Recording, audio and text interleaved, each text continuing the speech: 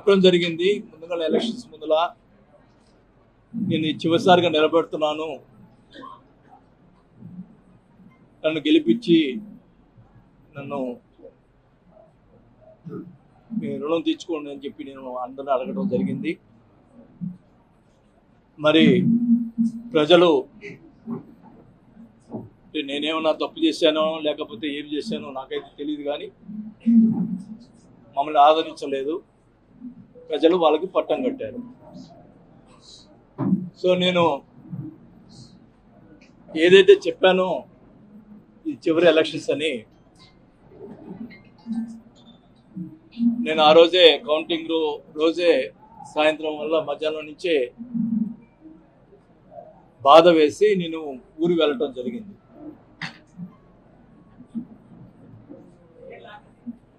గతంలో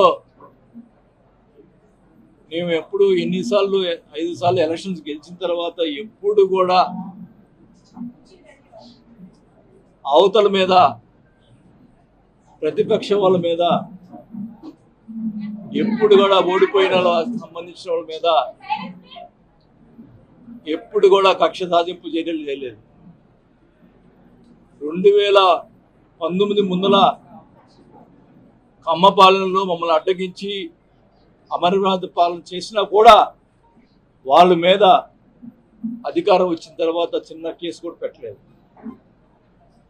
మా క్యారెక్టర్ అట్లాంటిది. మరి ఎలక్షన్ అయిన తర్వాత కార్యకర్తల మీద, అమాయకుల మీద కొట్టడం, మరి వాళ్ళ మీద బూతులు తిట్టడం, కేసులు పెట్టడం, దౌర్జన్యాలు చేయటం ఎన్నో చేశారు. మీ అందరూ తెలుసు.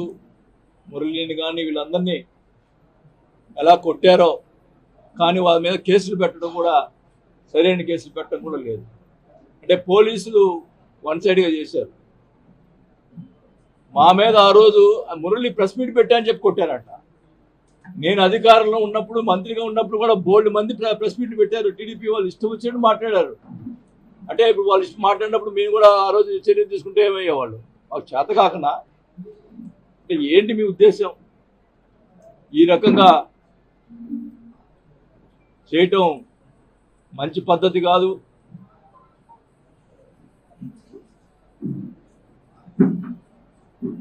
నేనైతే వాస్తవానికి ఎందుకులే మనకి ఈ రాజకీయాలు ఇంకా వద్దు అనుకునే పరిస్థితిలో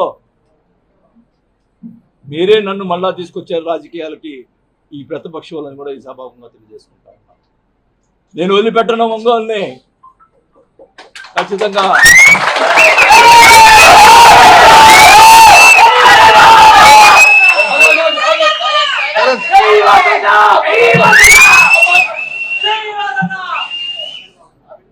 ఖచ్చితంగా చెప్తా ఉన్నా, నీకేమన్నా దమ్ము ధైర్యం ఉంటే నా మీద పగ తీసుకో, మామూలు కార్యకర్తల మీద కాదు. మేము తిరగబెడతాం. మా వాళ్ళు ఎక్కువ తక్కువేం కాదు. నేను మధ్యలో వస్తే గొడవలు ఎక్కువ అవుతాయని చెప్పి మధ్యలో రాలా.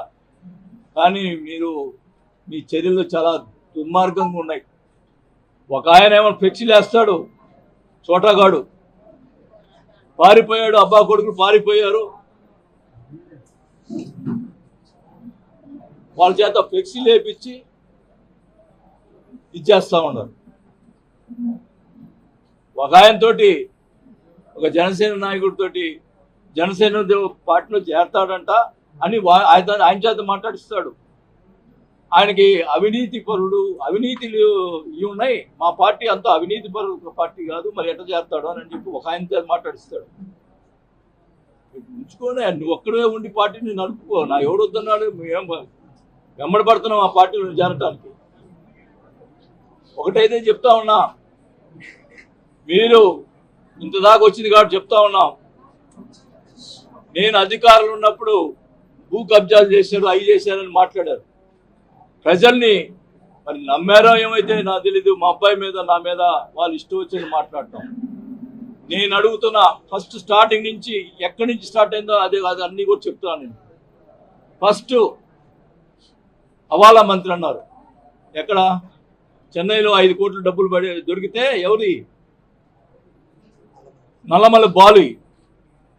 ఆ డబ్బులు అయితే ఆ డబ్బులు నాయి హవాలా పంపించినాడు అని చెప్పి వాళ్ళ ప్రచారం, మా అబ్బాయి పంపించాడని, నా పంపించాడని ప్రచారం చేసి మీడియా వాళ్ళందరూ కూడా ప్రచారం చేశారు. నేను అడుగుతా ఉన్నా, ఆ నల్లమల బాలు ఇప్పుడు ఏ పార్టీలో ఉన్నాడు? మీ పార్టీలో ఉన్నాడు. తేల్చండి అది. నేను హవాలా చేశానా? నల్లమల బాలు డబ్బులు తేల్చండి. సిగ్గుంటే దమ్ముంటే తేల్చరా? తేల్చు. ఇష్టం వచ్చినట్టు ప్రచారం చేశావు, ఇష్టం వచ్చినట్టు మీడియాలో మాట్లాడిచ్చావు. తేల్చండి. ఫస్ట్ నెంబర్ 1 అది. నెంబర్ 2, ఇక్కడ బ్రాహ్మిన్స్ ల్యాండ్ ఉంది. ఉన్నమ్మా, ఎవరు మాట్లాడు? బ్రాహ్మిన్స్ ల్యాండ్ ఉంది. ఆ బ్రాహ్మిన్స్ ల్యాండ్ సంబంధించి మనిషి ఎవరైతే ఆ రోజు నా దగ్గరికి వచ్చి ఈ ల్యాండ్ నేను కొన్నాను, నాకు కావాలని చెప్పి మా పార్టీ వాళ్ళు వచ్చి అడిగాడో, అప్పుడు నేను ఎంఆర్ఓని పిలిపించి మాట్లాడాను.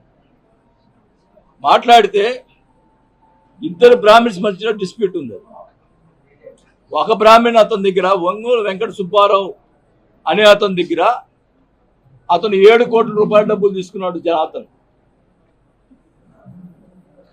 అప్పు తీసుకున్నాడా, ఏం తీసుకున్నాడా, కాగితాలు రాసిచ్చాడు, డబ్బులు రిటర్న్ ఇవ్వలేదు.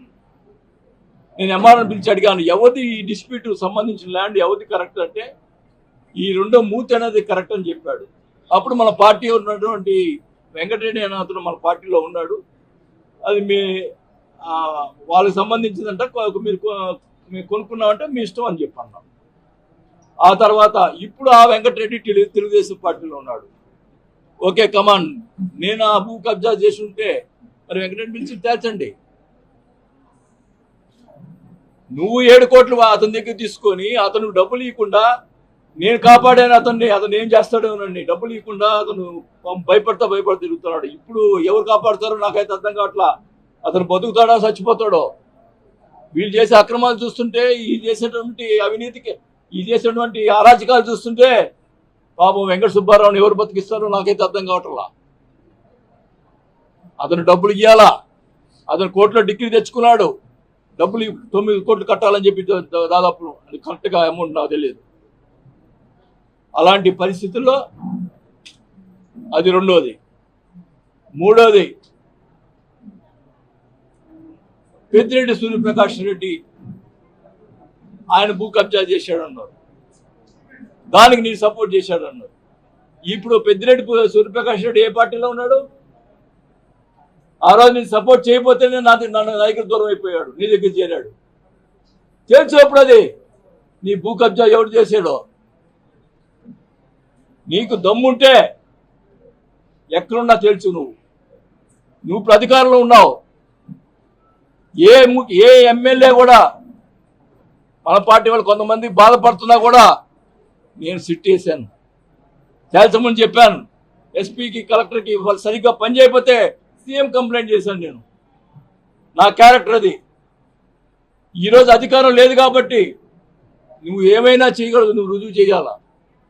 నీ ఇష్టం వచ్చినట్టు ప్రచారాలు చేసి